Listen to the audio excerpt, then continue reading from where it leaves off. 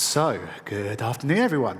Welcome to our little Fireside chat. We have here today the fantastic James Parker. Now, James, before we begin, I would like you to just introduce yourself and give a little bit more info about what you do and what you're going to be talking to us here today about. Okay, my name is James Parker. I'm the director of Ground Shatter. We're a small company based in Bristol. And at the end of last year, we released a title called Fights in Tight Spaces, which is a turn-based deck-building strategy game where you smash man's face into stuff.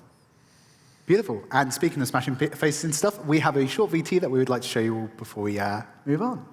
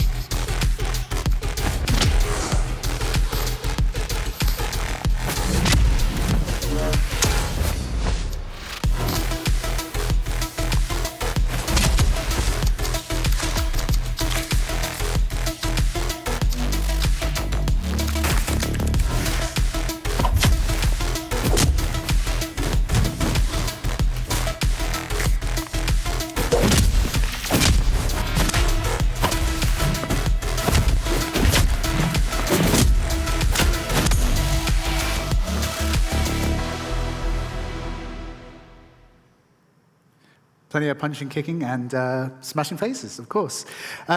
James, I'd just like to start, if you could, just give a little bit more background on kind of how you sort of came into the industry, setting up Ground Shatter, and just the kind of beginnings of the kind of development process for Fits. Yeah, so I've been kicking around in the games industry for 20-something years now. Founded Ground Shatter 7 or 8 years ago to really just sort of make the sort of games that I wanted to play and like kind of bring in my influences into kind of defining what we were going to do, and always with a focus on PC and console. It was a kind of a time when mobile was the big thing and it was not particularly appealing creatively, so I wanted to make sort of more traditional games that I could enjoy, and we've grown over time, and Fights came at a time when we wanted to do a bit of a smaller project that we'd worked on some kind of multi-platform, multiplayer online games, and they take quite a lot out of you kind of technically and doing the publishing. So we wanted something that was kind of really mechanically focused and was all about like kind of this core interesting bit of game design, and that gradually kind of filtered through a kind of layer of the games that I was playing and enjoying at the time, things like Into the Breach and Slay the Spire, and sort of grabbing elements from those, plus all the kind of films that I was enjoying at the time, your John Wicks and your Fast and Furiouses and all kind of classic action movie fare. And that's sort of all of those influences all kind of gelled together and became Fits as it is now. So Fits as a roguelike deck-building fighting game. In a sort of chicken-egg scenario, what kind of came first in that sort of trio? Well, when I first kind of came up with the idea, it didn't have any of the kind of deck-building type stuff in it. It didn't have. It wasn't even turn-based. I wanted to make it. I had the name, obviously. That was the main bit. It was going to be a game about that thing that you get, that trope in movies where someone is in the back of a car and they're having a fight with a load of goons all around them and they have to get out of the car. Connie, who produces all our videos, she pulled in loads of kind of reference footage of kind of good movie in-car fights. But the gameplay wasn't really there. It was kind of, it was going to be a series of like quick time events, and that's awful. So we didn't want to do that. So having kind of ruled that out, I still knew what I wanted it to feel like, which is very different from knowing what you actually do on a moment-to-moment basis. I wanted it to feel like you were that action hero and you were planning out all of these moves that you were going to do, a bit like in the Guy Ritchie Sherlock Holmes, where Robert Downey Jr. discombobulates that guy and comes up with his scheme. So I knew it needed to kind of represent that in how it felt to the player. And then suddenly that fitted in with the card aspect, because the nature of a deck building game, there is a degree of improvisation around the tools that you're given in your cards, and that's sort of what those characters are doing. They're looking at the space, they're looking at the tools they have available, and they're kind of mixing those things up in different ways. So that suddenly that was a very natural place for the game to go. And then as soon as that was in place, still wanted to do the into the breach manipulation of enemies and positioning and getting people to attack one another. Combining those two is difficult, but as soon as all of that stuff fitted together, then suddenly it became what it is now, and it gave that feeling that I'd kind of sought to inject into it from the first place. Because I think when you think of fight scenes more traditionally, you tend to think of these kind of fast-paced sets. I mean, you think about Jason Statham in like Transporter or something like that, and you have these really quick movements. But I think the Sherlock kind of example is a really nice way to think about fighting as like a series of sort of conscious movements within your game, which I think is fantastic. And tell me more about the kind of roguelike aspect then as well. Yeah, I think what's nice from a design perspective is that roguelike structure gives you the potential to really kind of maximize on all the content that you're building. If you're making a game that is only played once, then you need to kind of show everyone everything, otherwise it feels like you've wasted that effort. Whereas with a game that you want to replay lots of times, then you can give that content to players in a more relaxed manner, I guess. You can open up stuff over time, and as players replay the game, they learn more about it. You can give them access to more complex interactions, and they will learn how to play the game in different ways at different times, and then they benefit from having new stuff to see, and as a designer you gain benefit because you're not throwing everything at them all at once. And I guess for thinking about as an indie studio or as a smaller studio, it must be, I don't want to say easier necessarily, but rather than having to create an epic amount of content, having that kind of iteration of that sort of core loop, from a design point, is that easier, or is that something which it's just a nice system for you to have in your locker there? Yeah, it's easier in some ways because you don't necessarily have to have that endpoint and all of the steps in between. You can iterate on things from a design and development perspective as well as kind of for the end user, but it's more difficult because you have to accommodate more interactions. You have to make sure that you're kind of earning that attention as well. You can't make a player play your game lots of times. They have to want to do that. So all of those things have to add value each time they're playing. Otherwise, you've wasted your time and theirs. So thinking about getting people to play a game and to replay your game, what are the sort of big things that you really wanted to get into Fits to ensure that people would keep coming back for more and would keep sort of plugging away at it? It's mostly about depth at that point. I think that you have lots of conflicting goals when you're making a game. You want it to be accessible to people who've picked it up for the first time because you want them to carry on playing it. You want the first 10 minutes to be a thing that they care about, so they see the next 10 minutes and the 10 minutes after that. But equally, you want someone who's played the game for 20 hours to still be discovering new and fun ways of doing things.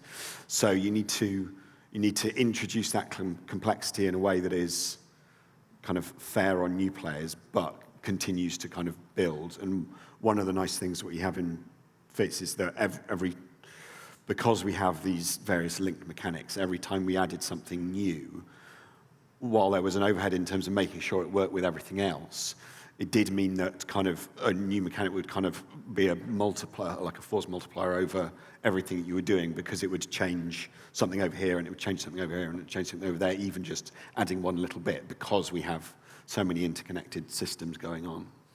So thinking about those mechanics and those systems, when things are kind of multiplying out, how do you ensure that your systems within Fit stay, on a even keel, stay within a balance to ensure that nothing is, too egregious in this way or that? Yeah, so balance was one of the kind of the biggest things that we needed to kind of invest time in as we went along, precisely because there's kind of so many moving parts.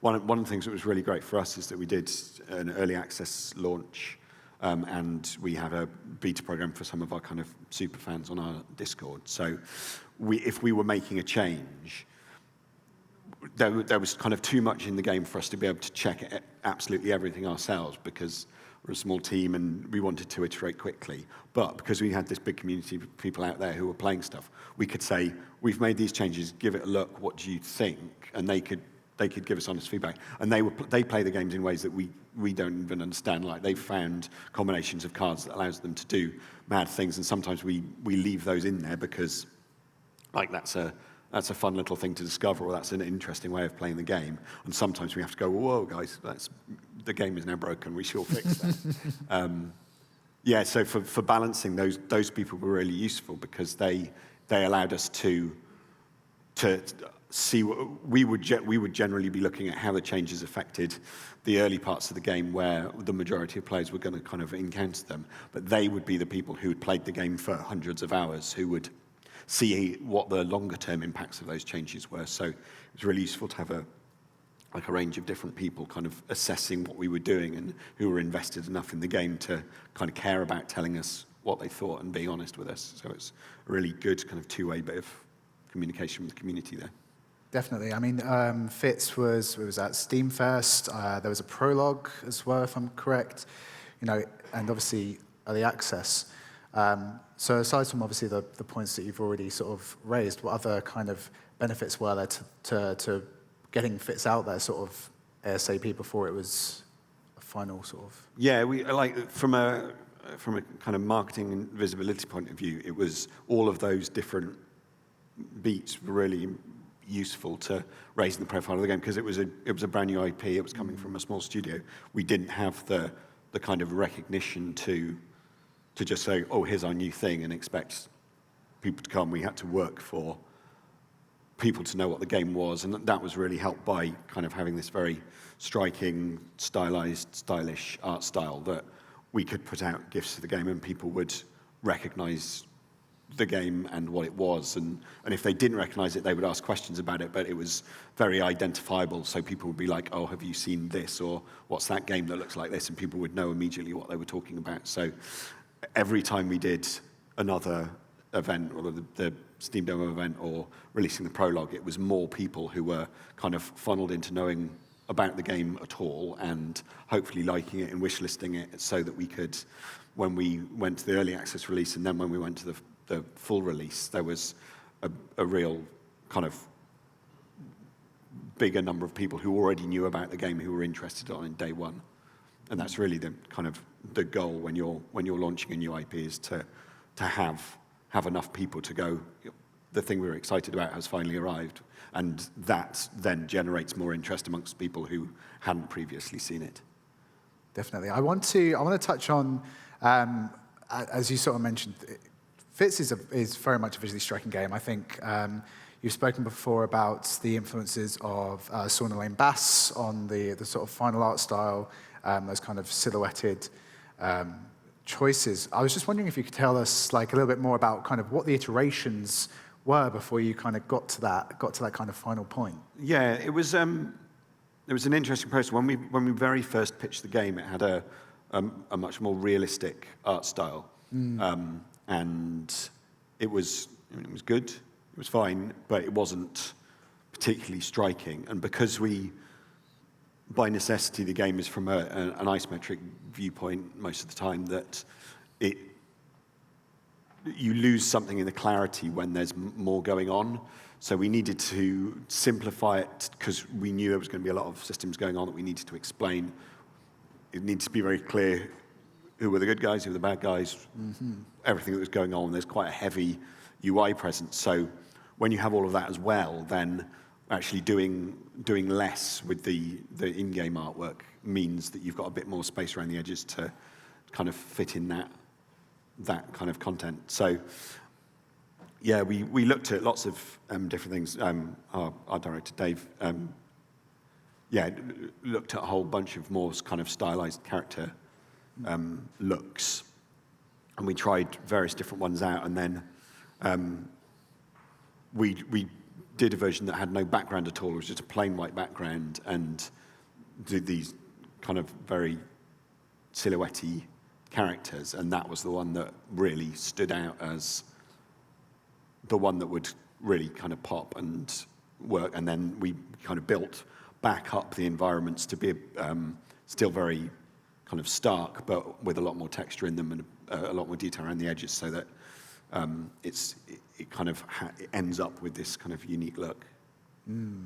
It's definitely unique. And I think one of the things that I really like about it is just how readable the action becomes. And you don't have these really, elaborate set pieces throughout each scene, but it really allows the actual combat, the actual main focus to really kind of stand out on its own. I do also want to touch on some of the things in the environment there and there as well, because obviously you can throw people over bars and the way that you do interact with the environment and the way that people can get thrown out of windows and all that kind of stuff. How much did you kind of want to get that in there? Did you want to sort of go even harder and find even more ways to kind of put things in, or did you have to kind of rein it in as the kind of visuals were taking? Yeah, there was a few things that we would have wanted to do that we couldn't do for time reasons and tech reasons. That, having more interactions with the environment was definitely kind of high on the list of things that we would have done if we'd had more time, because it's so much part of a staple of those kind of fight sequences that your interaction between characters is enhanced by their ability to kind of make use of things in the environment, which we do from a gameplay perspective. We keep doing, but it would be nice to have a few more kind of custom interactions. When you hit someone's face into a jukebox, it should be different from hitting them into a plant pot. Indeed, slightly different shrapnel. Yeah.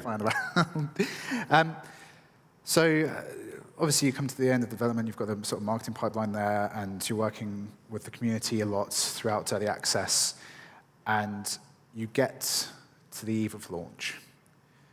What are your feelings on the eve of launch? Because, I'm not a developer, but I'm always intrigued to know just what it's like knowing that your game, your baby as such, is about to sort of take its first steps into the world. Yeah, it's always difficult. It's always kind of nerve-wracking. I think we were helped on this a bit by the fact that we'd been through the early access process already, so we knew that we'd done as much as we could at that point. We'd worked really hard to kind of satisfy the early access players. We'd got their Steam reviews up to really good numbers, and we got to a point where we felt that we couldn't do any more on that. So that's a bit more. At that stage, you can relax a little bit, because, like, if you feel like there's stuff that you still need to do, then that's when the panic sets in. You're like, I'm trying to run around and maximize these things at the last minute, but you kind of relax and go, right, this is it. We're going to wait till the button is pushed and then see what happens. I mean, my team will probably tell you that I was a horrible nervous wreck, but I don't really remember that day. And of course, the reception to Fits was, I'm sure you'll agree, very, very good. And as you said, you were very happy, and they'd sort of got the Steam reviews up to scratch. But did you quite expect the level of positive reception to Fits on launch? No, not really. I mean, it definitely exceeded our expectations in terms of what it did and how much people kind of really got into it. I think that it's from my point of view, it's some of the, rather than the big numbers of things, it's kind of the individual reactions you get that kind of stick with me. And it's when people leave you a review that kind of tells you that they understood what you were going for. Like, that's a really nice thing to see, because it means like someone's got it, and like you've achieved what you set out to do, and people are responding well to that. Kind of those specifics. Those are the things that kind of, stick with you. So conversely, what about the reviews where people didn't quite get it? Like, what do you do with that sort of feedback from there? I think most of the time you try not to dwell on it, because not everything is for everyone, right? I'm quite happy for people to dislike. The ones that are hard are where people have misunderstood what you've put out there, and they're angry at you because they thought it was something else. And you can't really change that, because it is what it is. If they don't like what it is, then it's not for them.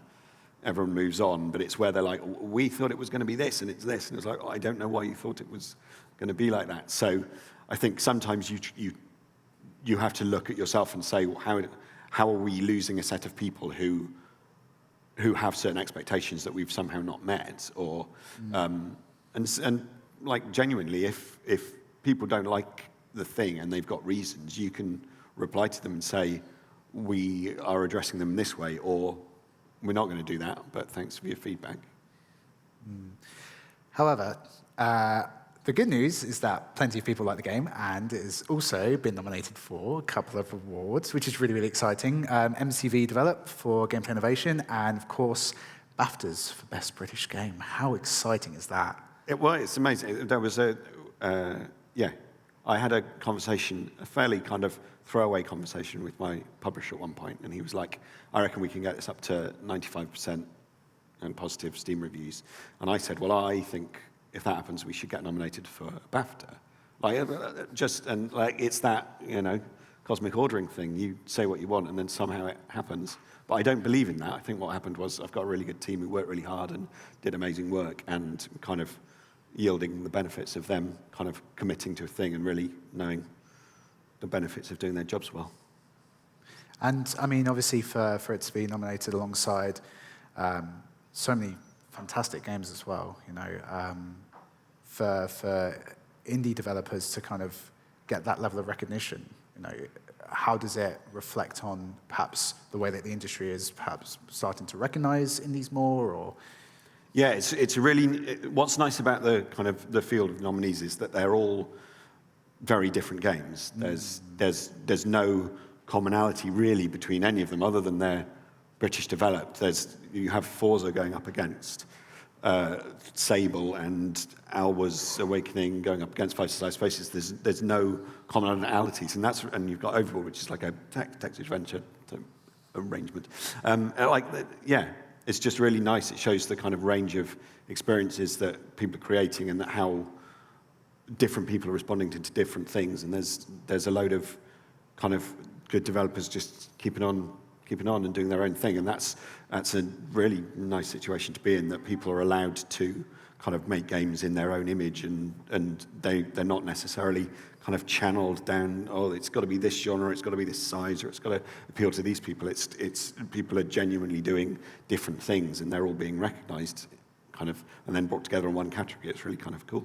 It's really lovely. And just want to come back to thinking about lots of different games and different scales of games, particularly within the roguelike. I don't necessarily want to say genre, but more of a framework or a structure. Obviously, you've got games like Hades and games like Returnal, and obviously, Slay the Spire, as you cited.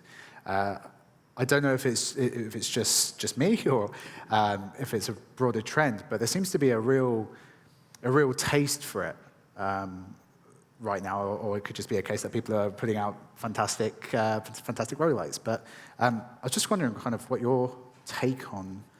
Yeah, I don't know for sure. I think there's a tendency these days for people to kind of get into a thing, and like, if they like a game, they're going to want to keep playing the game for as long as they can. So having something with that kind of structure really lends itself to that. And there are people playing Slay the Spire, however many years later now, kind of every single day, who really still committed to it, like, and Returnal as a much bigger game still holds that kind of appeal for people who want to kind of keep trying things. And you see it with the kind of Soulsborne genre games, that these are the games intended for multiple replays and people kind of pushing through and finding the best ways to do things. I think there's just a certain appeal in being able to kind of maximize your play experience within something that you already understand.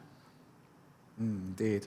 And on the topic of replayability and looking forward, and we're hoping to see plenty more of Fits and plenty more of Ground Shatter in the future. What's next? What's next for Fits? What's next for Ground Shatter? Well, I don't know how much I can say, but we're working on more stuff that is exciting and good. That is such a PR answer. I love it. And with that, those are all the questions and topics that I had prepared. Before we go into the Q&A section, were there any final points that you really wanted to hit home ahead of the BAFTAs this evening? Well, it's too late for anyone to nobble any of the jury, so I would say, no, just like if you like what you've seen or you've heard, then play the game, because we're really proud of it, and yeah. It's really fantastic. So thank you so much, James. If everyone could give James a round of applause, that would be lovely. Look at that. So, before we go, we do have some time for some questions. If anyone has any questions, then please raise your hands.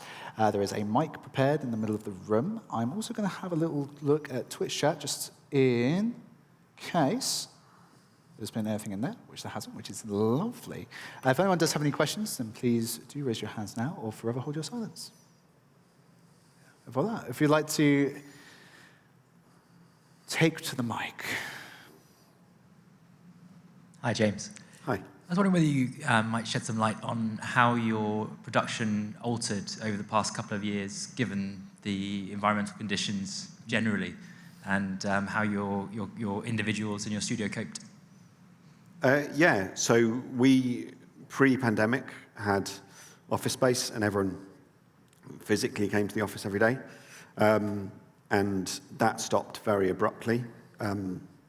Where I think one of the benefits of being a small studio in those circumstances was we were able to change our working practices quite quickly. So we had a day where we were all in, and then the next day we were not. So people took whatever equipment they needed out of the office and got themselves set up at home. And we attempted to carry on as if nothing had happened. I think we couldn't have done the same thing 10 years ago. The infrastructure was probably not there to do that. But now so much stuff is in the cloud all of the time that it gives you that flexibility to work from wherever you need to be. I think in a funny way, it's made some of the production, it's forced me in particular to do more kind of formal planning and meetings and stuff to kind of make sure things are going on. But I'm very lucky to have a team that kind of individually and collectively knows what their roles are and how they work, so they can be given tasks and go off and do those jobs and then come back. We say hello. It's a tiny thing on Slack. Every morning everyone says good morning at 9 o'clock and says good night at 5:30, just to remind everyone that we are still a team, and we would do that if we were walking into a place, so there's no reason we shouldn't do it virtually as well. And it's a little thing, but I think it helps with a bit of cohesion. It reminds everyone that they're in a team. Do you do like little stand-ups on like Google Meets or Zoom or? Yeah, we have a Discord that we use internally to meet up in the mornings and chat about what we're going to do on the day. Lovely, yeah, because I mean I know that our side we have little meet stand-ups, so we sort of have a facial presence. It's really interesting because when you meet a team for the first time in person, which was in my case, we'd only ever seen each other through a camera, so I had no idea how tall or short my team were. And so I kind of, I expected everyone to be either sort of really, really tiny or gigantically tall. So when I realized that they were kind of normal-sized people, I was a little bit disappointed, if anything. But yeah, it's such a surreal thing, isn't it? Sort of having that distance, and yet you've still got that working closeness at the same time. Yeah, we hired during lockdown, so there were people that joined the team having never, like you say, never met people in person, but we tried to do as much as we were allowed to do or could do in terms of meeting up in person, because it's always just nice to see everyone. It's lovely. Do we have any more questions from the floor? Gentleman at the back we'll go for next. Hello. Oh, jeez. Were there some key things that you sort of took away that you thought really helped build your initial audience? You said you didn't have an IP at the start, so what sort of things were you doing, sort of drawing people to sort of help them test your game at the start? That's a good question. We did a lot of social media just to get the visuals out there and allow people to get the flavour for the game. We tied in our announcement with some online kind of events so that we could gain extra visibility there. Yeah, it was quite a slow and steady kind of build-up of things. I mean, one of the early gifts we put out was the Henry Cavill arm reload, which we've got as a move in the game, and that went down very well because kind of people recognised it, and it helped us kind of establish what we were doing tonally. Just any little kind of hooks that you can get in to people and let them realise what you're doing kind of will help build up that audience over time. But you can't expect kind of out the gate go, right, we're going to get everyone in this one moment. You need to kind of work and cultivate an understanding of what you're doing so that when people might not be interested the first time they see it, but the third or fourth time they see it, they will recognise it and be like, oh, actually, I'll give this a proper look now. Yeah, something I really liked about the way that Fitz' socials was done was, I think it helps obviously with action realism not being an entirely kind of serious kind of genre as it is, but Fitz' socials don't take themselves entirely seriously. You like to have fun with it, and you like to. There's ways that it sort of integrates with kind of traditional meme culture. There's the famous sort of gif of the kid at the computer kind of doing this, and there's a Fitz version of that. And I just think that it's such a great way. And obviously, again, we're coming back to the kind of distinctiveness of Fitz's visuals. You kind of see it, and you're like, oh, it's a Fitz gif. Yeah. Yeah, I think it's also about kind of tailoring your offering to whatever platform you're on. So on the Steam page, everything is quite kind of functional. It's like, here are screenshots of the game in action. We deliberately showed gameplay in our first trailer, and loads of people were like, thank you. We wouldn't have known what the game was without that, and we actually care about it more, having seen the fact that you're playing cards and moves happening off the back of it, rather than do something that was just cinematic that really got people in the mood for it. It was about saying, not only are we getting you in the mood for it, but we're also going to tell you what you're going to be doing as a player. And then, like you say, on the Twitter and other social media platforms, we tend to be a bit more fun with it because it's about immediacy and it's about engaging with people quickly. So we will, like you say, kind of do Fitz version of memes. So they're very obviously stuff that people recognises, but in our style. So it just reinforces that connection for the people. Definitely. I believe there's another gentleman in the audience that had a question. Yes, sir.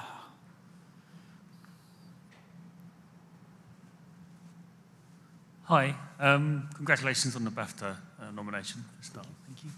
And just want to ask, after the game's release, was there any one thing that you found that initially, even in early access, it was working when it went out? You had to look back at it again and say, this isn't working after all. There's one thing that's like, or maybe a number of things. These selection of cards are actually countering each other. It's just not working. Was there anything you found you had to look back on and change?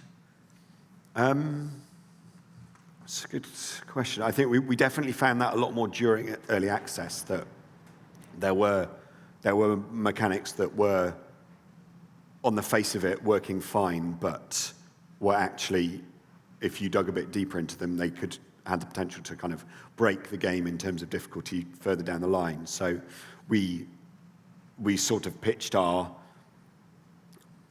rather than setting a specific date for launch early doors, we were like, once we've eliminated all of this level of problems, then we'll be ready for launch. We can set a date then. So we were very mindful of removing kind of player friction, like anything that's made someone go, I hate this, it's ruined my day. Like, get rid of all of those points, and then you're at a point where everything should be kind of pleasurable and interesting. So that's when we decided that we were kind of ready to go for a full launch to everyone. Because people in early access understand there are going to be things that are going to be a little bit off here and there. We worked really hard to make sure the early access launch was really high quality and felt like a full game. But on the flip side of that, if there were things that people were not sure about, there was still the capacity for us to change them. Whereas when you get to full launch, you need to be pretty rock solid on everything, because those people are not expecting a buggy project. They're not expecting gameplay to be unfair on them. So the expectations rightly change at that stage. So we were very conscious of what we wanted to be when we got to that point. Lovely. Do we have any more for any more? We'll have one last question from the gentleman at the back. So with Steam Early Access, I worry that you're going to end up chewing through too many of your sort of users, and then you don't get a big launch. How did that work for you? Did you find that was your experience? And through chatting to other developers, have they had a similar experience? Did you get a big explosion at launch? Yeah, we certainly were very happy with the launch numbers. We were very happy with the early access launch numbers, and then we were happy again at full launch. It's a significant different group of people who, some people will ignore every single early access game that they come across because they don't want to be part of that process, and that is a significant number of people. So certainly our experience was very positive that we would potentially do that again. I think different people have slightly different experiences, and I think some of that is due to the nature of the game. I think the fact that we still have players who have played all the way through from early access to now because they're still enjoying the game every day, whereas if it was a more narrative game where it had a fixed endpoint, then they would have probably stopped during the early access period anyway, regardless of what changes we'd made. So there's probably different experiences for people depending on how their game is presented to whether there'll be as kind of big a difference at launch as there would at early access. Was the marketing different between the two phases? A little bit, but it was mostly a kind of continuum of saying, you've heard about us now, the game is now coming out, this is your main call to action, is to buy it. Just for reference for the people watching at home, the second part of the question there was the marketing different between the two phases? Just so we make sure we get that on the mic. But thank you all for your lovely questions. Thank you all for being a fantastic audience. James, thank you so much for sitting and chatting with me this afternoon, and everyone at home, thank you for watching along, and stay tuned for more. Thank you.